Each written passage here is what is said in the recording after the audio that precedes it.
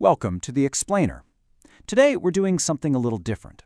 We're running a Socratic seminar to examine a highly charged, heavily documented thesis, How America Was Captured. We're going to impartially unpack the source material's claims about the deliberate destruction of the middle class, the hijacking of democracy by billionaires, and the revolving door that supposedly made it all possible. Let's dive right in. To really ground us in the historical stakes here, the author starts things off with this incredibly powerful 1917 warning from Theodore Roosevelt. You see, the pursuit of unbridled wealth without any sense of civic duty, that's actually long been recognized as a huge vulnerability in the American system. Starting here frames this entire analysis not just as some dry economic issue, but as a profound moral and democratic one. And that brings us to the core guiding question of our Socratic inquiry today. Did we simply lose our economic balance thanks to the, unavoidable forces of globalization? Or was the system intentionally captured? The source text forcefully argues the latter. It claims that specific people used very specific mechanisms over several decades to totally rewrite the rules of the economy. So let's look at exactly how they build this case. Part 1. The Post-War Balance. Okay. Think back to the post-war era, roughly 1945 to 1970. The text notes that deliberate policy choices built this massive, stable middle class. But look at this comparison between 1965 and today. It really shows how drastically the economic guardrails have shifted. A 20-to-1 pay ratio reflects a time when strong unions, which represented up to 35% of the workforce, held real bargaining power. Today's 350-to-1 ratio? The source argues that's a direct result of weakened labor protections and a massive shift toward rewarding ownership rather than actual work. Now, check this out.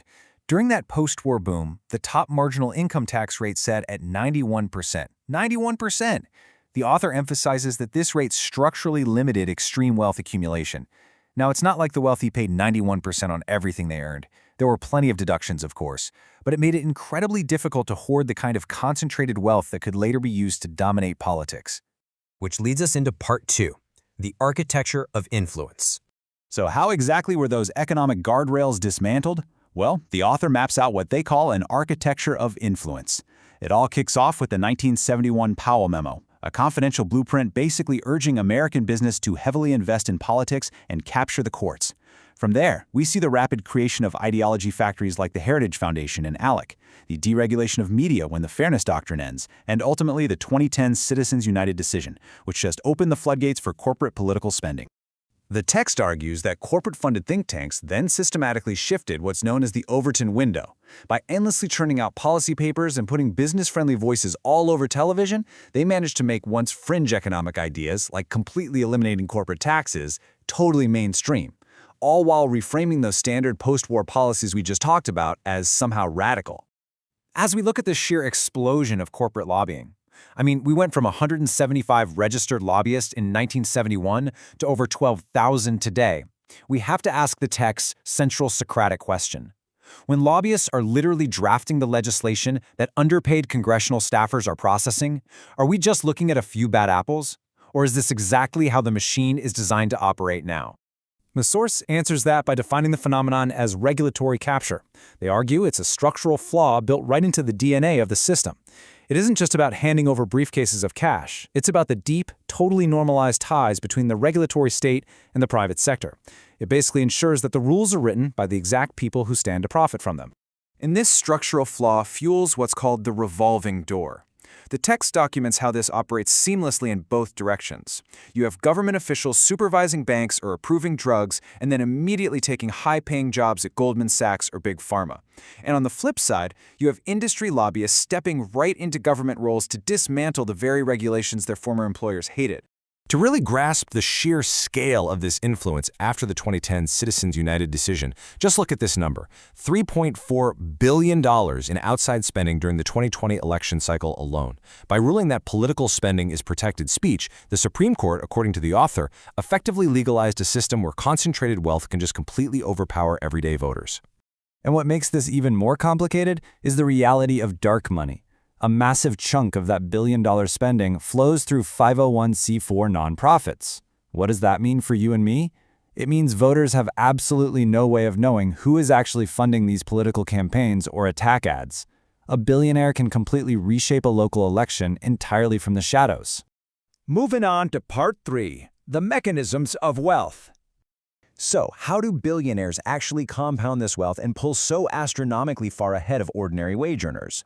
Well, the ultra-wealthy often use an entirely legal strategy called buy, borrow, die. Because unrealized gains aren't taxed, they can hold massive stock portfolios, take out super low-interest bank loans to fund their lifestyles totally tax-free, and then, when they die, the capital gains are raised through something called a step-up in basis. Their heirs inherit the current value, legally bypassing the tax system that working Americans deal with every day.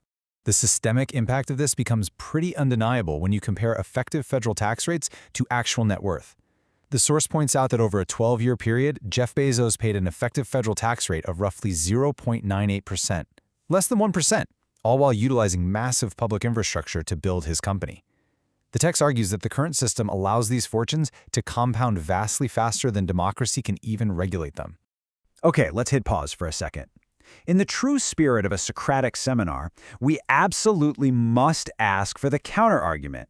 We've heard the author's case that the system is captured, but to truly honestly understand an issue, we have to look at it from all sides. We do this through a really cool practice called steel manning. Instead of setting up a weak, easily defeated straw man argument just to knock it down, we want to build the absolute strongest, most charitable case possible that challenges the source material's thesis. So a Steelman counterargument goes like this. Extreme wealth is just a byproduct of massive innovation and risk-taking. Companies like Amazon created unparalleled market value. They literally revolutionized global logistics, and they employ hundreds of thousands of people. From this perspective, utilizing the legal tax code to reinvest capital isn't unethical at all. It's just highly efficient business that drives the entire global economy forward. So, here is the crucial tension this explainer invites you to debate. Where exactly is the line between earned, world-changing market success and the disproportionate political power that inevitably comes with hundreds of billions of dollars? Can both of those realities exist at the very same time? That brings us to Part 4, Questions for a Democracy. Synthesizing all these claims brings us to the measurable consequences for the American political system. The text cites a really profound, peer-reviewed political science study by Gillens and Page. They looked at nearly 1,800 policy outcomes, and their conclusion? It's honestly a bit jarring. They found that systemic capture has fundamentally altered democratic representation. Average citizens, statistically speaking, have virtually zero independent influence on what laws actually get passed, while economic elites frequently get exactly what they want. But the source doesn't just complain about the problem, it actually outlines a historically grounded policy agenda to reverse these trends. And these aren't crazy utopian ideas, many of these exist in other wealthy democracies right now. The text suggests restoring progressive marginal tax rates, demanding absolute disclosure of all dark money, putting strict limits on that revolving door, and seriously strengthening antitrust enforcement to break up monopolies. So we leave you with this. If the mechanisms of capture detailed in these texts are accurate, if the revolving door, the Overton window, and these massive tax loopholes have truly hijacked the system, does a functioning democracy allow wealth to compound into absolute political immunity? What is your role in a society armed with this information? Keep asking the hard questions, keep debating, and always seek the evidence. Thanks for joining The Explainer.